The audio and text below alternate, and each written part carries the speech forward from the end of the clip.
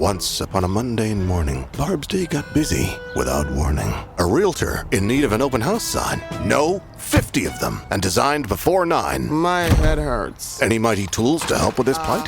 Aha! Barb made her move. She opened Canva and got in the groove. Bulk creating Canva sheets. Create 50 signs fit for suburban streets. Done in a click, all complete. Sweet! Now, imagine what your dreams can become when you put imagination to work at canva.com.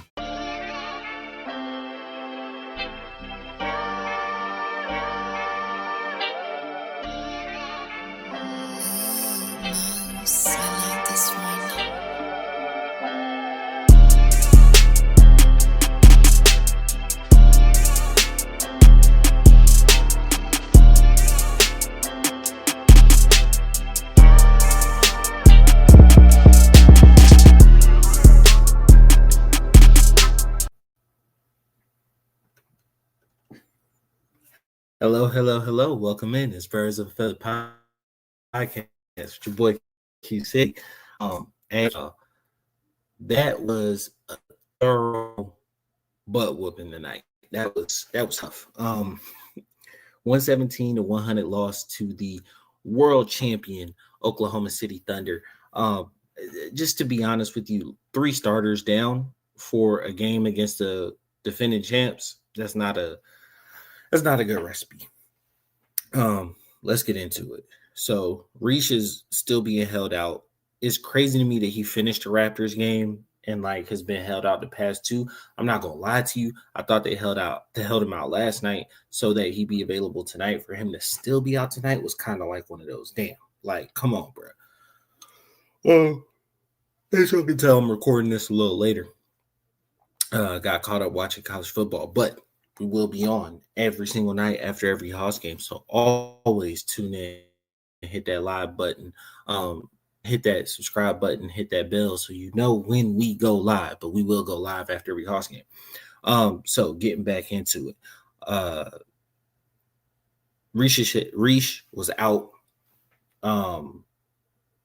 Porzingis was out, but I figured as much because flu-like symptoms, that's not just a day thing. To be honest, he might be out a week. So I don't anticipate him playing Monday in Chicago. But if he does, that'd be awesome. And then Jalen was out. And I'm not going to lie, it seemed just like a rest out. But that left Trey out there starting with Mo Gay, Nah, Big O, and Dyson, right? So that team right there doesn't have a lot of perimeter shooting, right? It has dynamic wing defense, and Gay has shown to be a bit of a dog now low, right? I will give him that. Is that he kind of looking like he'll patrol the paint. He's going to be a junkyard dog, but it's not like a true rim presence in my estimation of it, right? I haven't seen it over the course of what he shows so far. To be honest, it's not like OKC got everything they wanted at the rim. Shea's just a master in the midi. Most defenses are set up to, and he's mastered taking the mid-range shot. So he's going to look good against most defenses. He had 35 and 5, literally an average game. And when I say average game, what if you listen to me, cool. If you don't, when I say average game, usually I rattle off guys' averages. And Shea, he's averaged I think last year it was 37 and 8 or 38 and 7, one or the other. He had 35 and 5. That's basically an average game. He just keeping his averages. But Chet, bad back and all, or so they said, had a 31.11 rebound outing. To be honest with you though, those 2 are the only 2 that killed us, right? To a high extent. AJ Mitchell scored 14, but he scored 14 mainly late. He had 2 buckets while the game still mattered, and then he scored late. And then Isaiah Hartenstein, he had 14 and 10. He patrolled the boards really good. Dort played 27 minutes, but he had really good defense. On the Hawks end, Trey had like 15 or 20 points. Yeah, I was about to say it was a low regard. He did good on the assist. He had 15 and 10. Only played 30 minutes. It got out of hand. I'm gonna get to that here in a second. Nah had 17 and 3. He scored 15 plus in the all 3 games, so that's nice. Big O's been in double figures all 3 games. That's nice. Yeah, he had 12 rebounds. So Moge, he's knocked down a couple threes. It's been nice. Veet got in there, knocked down a couple threes. That was nice. Asa Newell. So he got out there. He is shooting the ball with a lot of confidence.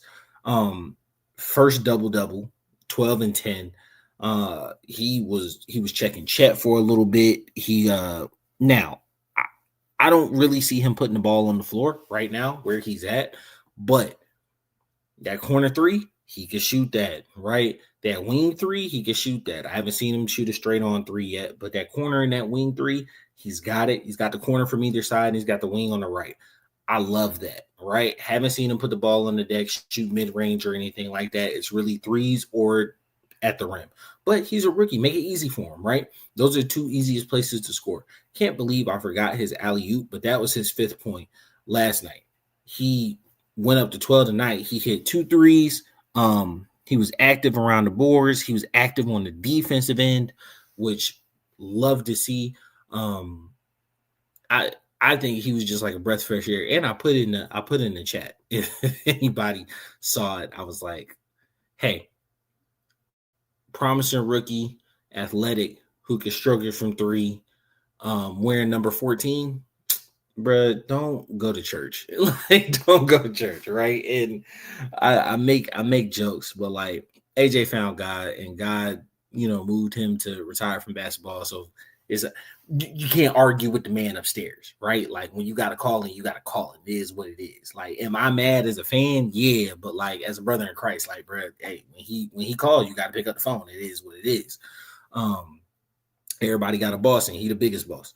So I get that. For Asa, though, I definitely see like sky's the limit. He's definitely got a future in the team. Now, for me, I don't see rotational minutes happening unless like there's injuries like that are occurring right now. Honestly, Porzingis and JJ minutes, their backup minutes are 1 spelled by each other, and then 2 spelled by Big O and Naw, right? Because Naw can slide down to the 4 when he needs to. But mainly he's guarding 2s and 3s. But like if we go small ball, he can slide down to the 4, and then Gay's playing as well. A good bit of minutes in these 3 games. Like, granted, there's injuries, but he's playing a good bit of minutes in these 3 games. So I don't really see a place for Asa unless we're doing like now, like dealing with injury. I think he's honestly behind Veet in the rotation, just because Veet has shown the ability to handle the ball a little bit more. But I like him. He's got a lot of bounce to him. He excites the fans when he gets out there because, like, we want to see fresh. We want to see the rookie. But yeah, in 25 minutes, he was really productive. When the game got out of hand, I think they got in at 6 minutes. He really didn't have a huge impact after that. He made scores, he made buckets when the game still kind of counted. But let's get into why the game got out of hand. So I've noticed a trend, right? And like when I talk about the Hawks Pod on Thursday, it'll come out on Friday. You'll notice this over and over again, right? So we went into the Raptors game down 6 at halftime. Orlando game, I think it was down 4, between 4 and 6. And then this game, we were down 4. Our third quarters have been absolutely horrendous, all 3 games. Now, we had a big fourth quarter and came back versus the Magic, but the third quarter is when the games are getting out of hands for us, right? They're coming out of halftime with the plan, executing that plan to a high extent and leaving us in the back burner. It's really, really frustrating to watch these leads balloon in the third quarter. Tonight, we were down 20 at multiple points. In the Raptors game, we got down to 29. In the Orlando game, we got down 13. Now, to be fair, Orlando doesn't look like they can score, right? And if you look around the league, that's kind of what's happening with them. They lost again tonight because they struggle scoring. So I'm really feeling frustrated with how exactly this offense is looking over the course of 3 games right now. Tonight, the game plan definitely seemed like we're going to match them in the half-court sets, which makes that Raptors game as much frustrating as possible. And then, like, the Thunder have a good half-court defense. Like, they have good set defenses. Tonight would have been a night where we push and try to get out in transition, but we don't have the athletes to keep up with them. To be honest, slowing the game down was probably your best bet. But like for me, I would have rather go down swinging. I think keeping it to that slow pace kept the game close. Kept the game close at first, but like we ended up they ended up pulling away from us. We got a 4-game home on the road stand coming. We've lost 2 games at home already. All right, our only one is on the road. Setting up for another mid-year. I can't do another 500 year, bro. We gotta tap in. We gotta lock in together. We'll be back Monday in Chicago. Need to win. It's too early in the season to say who's good, who's bad. I think preconceived notions happen all the time, but that's why we play the games, right? So we'll be there for Chicago. Appreciate y'all. Please like, subscribe, follow, hop in the lives, and put your referrals. We'll talk about anything that we need to. Tune in tomorrow for the Falcons pod after the game. The live react versus the Dolphins. It's been your boy Q City. Taj will be with me then. I'm out. Peace.